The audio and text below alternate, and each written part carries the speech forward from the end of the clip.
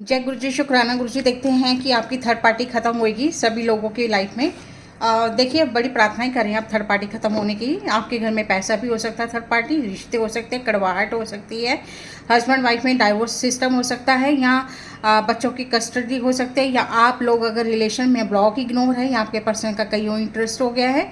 तो ये सब हम देखते हैं कि कारण क्या है कि थर्ड पार्टी क्यों बन गई आप लोगों के बीच में। बात को पकड़े रहना, बात करते हैं हस्बैंड वाइफ की, बात को पकड़ के बैठे रहना, जिद करना कि मुझे यही चाहिए, मुझे यही करना है, मेरे को यही गिफ्ट चाहिए, मुझे यही जायदाद में हिस्सा चाहिए, मुझे अलग रहना है पेरेंट्स से, या मुझे तेरे साथ नहीं रहना है, तू संभाल अपने बच्चों को, तेरे भी बच्चे हैं, शायद आपकी नौकरी बाहर लग गई है, अब आप ये गोल्डन चांस खोना नहीं चाहते हैं, या आपका कहीं और क्रश हो गया, या हस्बैंड का कहीं और क्रश हो गया, तो आपने भी तामझाम उठा लिया है कि जल भाड़ में जा, तू भी जा, थर्ड पार्टी तेरा कहीं और क्रश हो गया तो तू भी जा, तेरे भी बच्चे हैं, तू भी संभाल।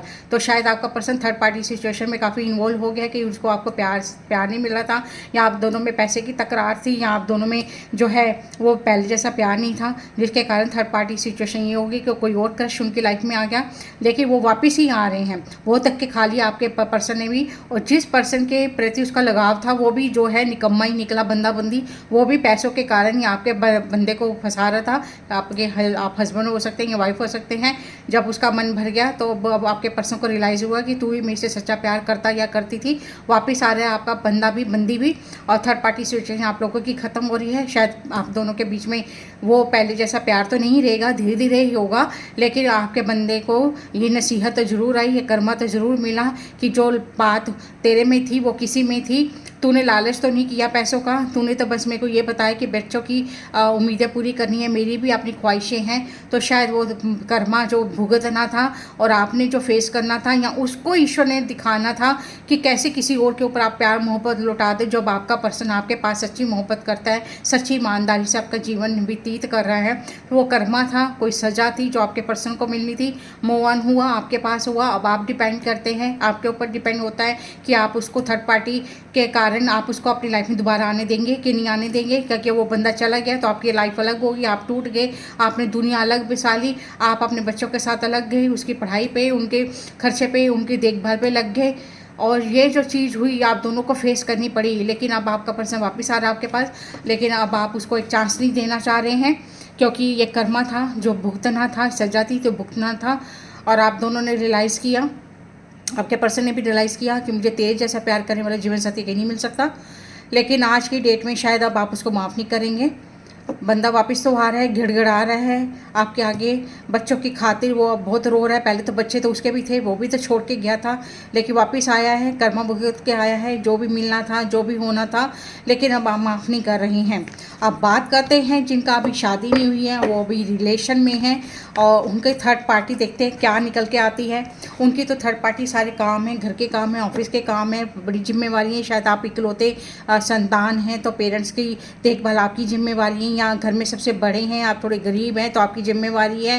तो आप थोड़ा बिजी थे, शेड्यूल आपका था कि अपने परिवार को भी संभालना, अपने फैमिली को भी संभालना है। आप इकलौते होने के कारण, या बड़ा होने के कारण, या गरीब होने के कारण, या मिडिल क्लास होने के कारण, या जो भी हो, आप जो लव में पड़े तो आपका पर्सन आपसे दूर हो गया, क्योंकि आप बहुत बिजी थे, आप थोड़ा स्ट्रगल कर रहे थे बेहतर बनाने के लिए। फिर आपके पर्सन को लगा कि ये तो परिवार की तरफ ही इसका सारा झुकाव है, मेरी तरफ तो झुकाव नहीं है। तो शायद आपका पर्सन का कहीं और क्रश हो गया, लेकिन जो है उसको भी वहाँ पे मुंह तोड़ जवाब मिला। जो भी थर्ड पार्टी सिचुएशन थी, जिसके प्यार में वो गिरफ्तार हुआ, आपका बंदा या बंदी वापस आए, लेकिन उसने भी देखा कि आप रियल में आप परिवार को, जिम्मेवारी को समझते हैं, आप परिवार की पूरी आवश्यकताओं को पूरा करने में लगे हुए हैं।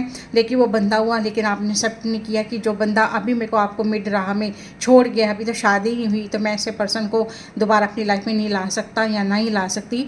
तो उसको भी अपनी कर्मों की सज़ा मिली। अब वापस आपके दोनों ही पर्सन आए हैं, मैरिड के लिए, अनमैरिड के लिए। जो एक बारी धोखा मिल गया, जो एक बारी सज़ा मिल गई, जो खून के आंसू पिए, जो बीच मझधार में छोड़ के, जो परिवार की जिम्मेवारी ना समझ सके, परिवार को किसी को ना समझ सके, आपके प्यार को अहमियत ना दे सके, आपको ताने मारे गए प्यार के लिए, आपके काम के लिए, पैसों के लिए, जो भी था आप दोनों के रिलेशन में, married unmarried.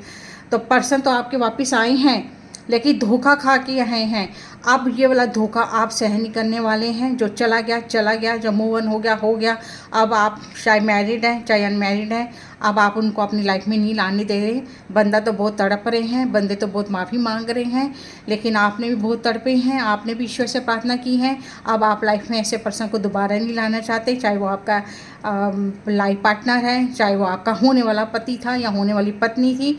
Third party situation ख़त्म हुई थी, आ रहे थे वापस, लेकिन आपने नहीं आने दिया। जो कि आपका ये निर्णय, आपके सराखों पे, आपकी ज़िंदगी, आपका फ़ैसला, आप किसी के अधीन नहीं हैं। तो ईश्वर ने आपको शायद जो भी आपको शक्ति दी सहने की, अब जो है पर्सन को दे। मेरे ख्याल से तो आपका जो भी आपका फ़ैसला है, अब या आप अपने हस्बैंड को या आप अपने एक्स को वापस कभी नहीं लाएंगे। जो आपको बीच मझधार में छोड़ गए तो वो कभी भी छोड़ सकते हैं, आगे भी छोड़ सकते हैं, किसी के कारण, किसी के चक्कर में पड़ के। तो आपकी लाइफ अपनी है, आपके पर्सन की लाइफ अपनी है। Thank you so much. Please subscribe to my channel Tara with Mamata.